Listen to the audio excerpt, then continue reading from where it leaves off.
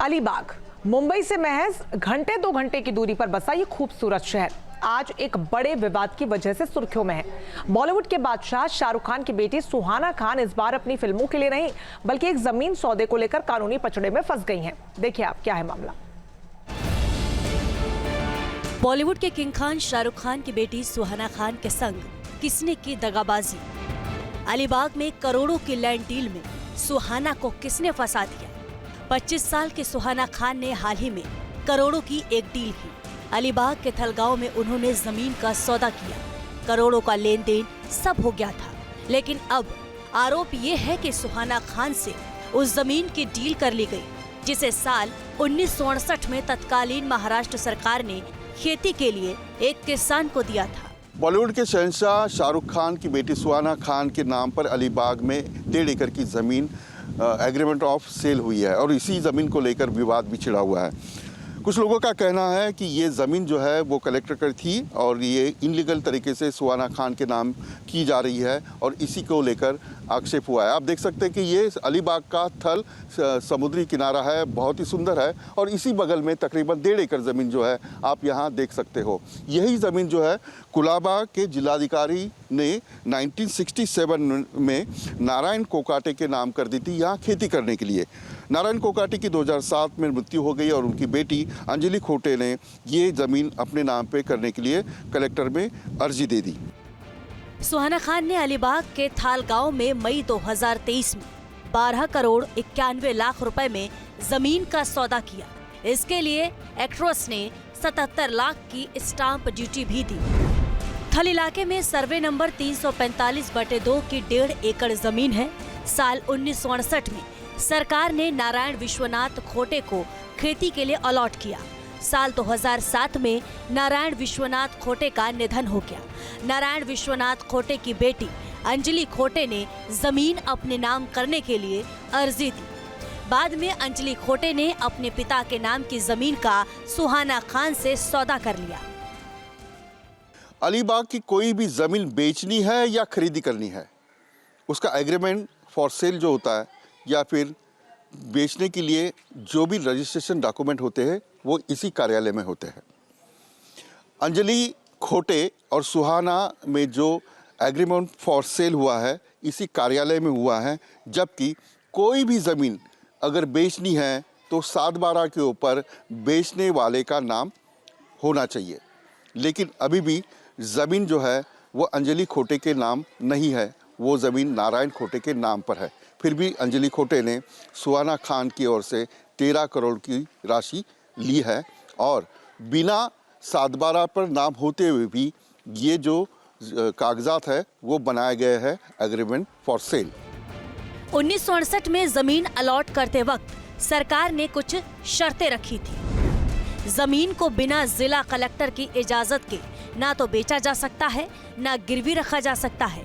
Collector की इजाजत के बिना जमीन का ट्रांसफर भी नहीं हो सकता। अलीबाग में जमीन का भाव बहुत है और ये थल की जी जमीन है वो गवर्नमेंट ने पेड़ लगाने के लिए दी थी। उसका बेचने को उनका अधिकार नहीं, गवर्नमेंट के परवानगी के पहले।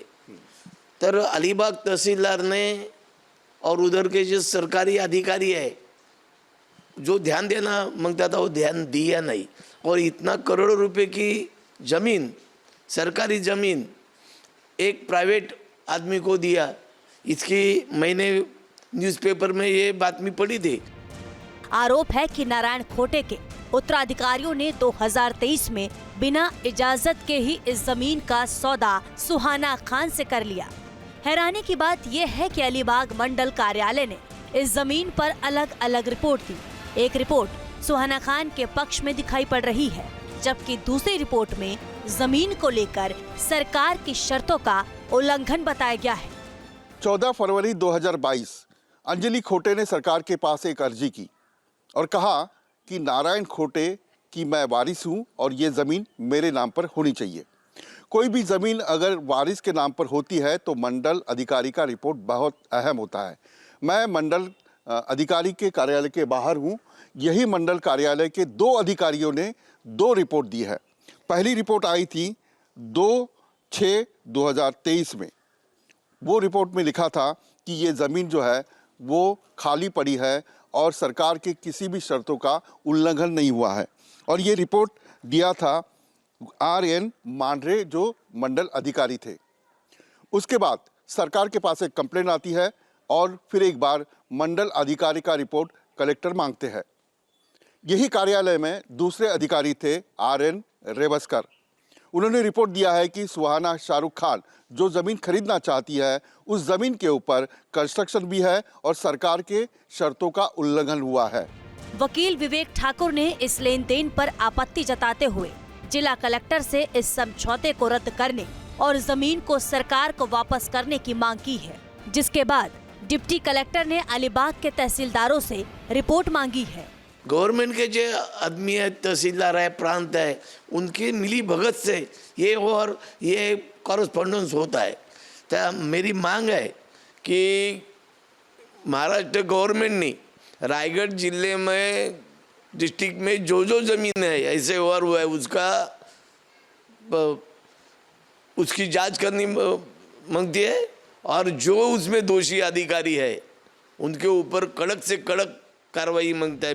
प्राकृतिक सुंदरता और मुंबई से करीब होने की वजह से अलीबाग बड़े सितारों और निवेशकों के लिए पसंदीदा जगह बन गया है, लेकिन इस तरह के विवाद निवेशकों के लिए खतरे की घंटी है।